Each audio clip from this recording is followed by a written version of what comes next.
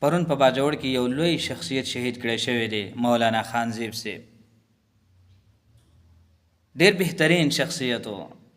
خپل د قوم دپاره، خپل د علاقې دپاره یې امن غوښتلو، د امن چغه یې ویستله، چاته یې کنځل نه و کړي، چا پسې ټوپک نه و راغیستی،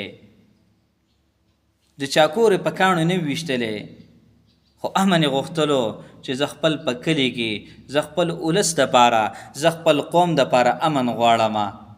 خلکو پرې نه ښودو، هغه یې شهید کړ. نن چې حقه خبره کوي خلک دې نه پرېږدي، خلک دې مړ کوي، خلک دې وژني. وایي ولې حقه خبره کوي؟